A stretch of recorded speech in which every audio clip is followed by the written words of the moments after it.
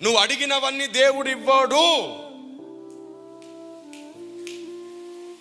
ఒక్క మాట గుర్తుంచుకో, నువ్వు అడిగినవన్నీ దేవుడు ఇవ్వడు, అది అబద్ధం.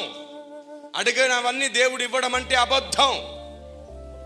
అడిగినవన్నీ ఇస్తే దేవుడు అవ్వడు, సైతాన్ అవుతాడు, దురాత్మ అవుతాడు. ఏది మొక్కితే అది, ఏది అడిగితే అది ఇచ్చేవాడు దేవుడు కాదు. మీకు అర్థమయ్యేటట్లు చెప్తాను. నీ పిల్లోడు నీ దగ్గరకు వచ్చాడు, వాడికి 5-6 సంవత్సరాల వయస్సు. అమ్మ, ఒక 1000 రూపాయలు ఇవ్వు, నేను చాక్లెట్లు బిస్కెట్లు కొనుక్కుంటానన్నాడు. ఇస్తావా? అలా ఇచ్చే గొప్ప తల్లి ఏమైనా ఉంది ఇక్కడ? అలా ఇచ్చే గొప్ప తండ్రులు ఎవరైనా ఉన్నారా? చాక్లెట్లకు బిస్కెట్లకు 1000 రూపాయలు, వాడి వయసు 5-6 సంవత్సరాలు. ఎవరిస్తారండి?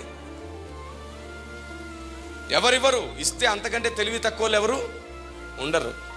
మరి నీ బిడ్డకు ఎప్పుడు ఏమి ఇవ్వాలో నీకు బాగా, మరి ఆయనకు తెలియదా నీకెప్పుడు ఏమి ఇవ్వాలో? అడిగినవన్నీ నీ బిడ్డకు నువ్వు ఇస్తావా? ఏది అవసరమో అది మాత్రమే. చివరికి అడక్కపోయినా ఇస్తాం మనం, అవసరమైంది. అలాగే దేవుడు నువ్వు అడిగినవన్నీ ఇచ్చి నీ జీవితాన్ని పాడు చేయడు. నీకేది అవసరమో అది నువ్వు అడక్కపోయినా ఇస్తాడు. అంత ప్రేమగల దేవుడు. నేనంటాను, అమ్మ కంటే కమ్మనైన ప్రేమగల దేవుడు ఆయన.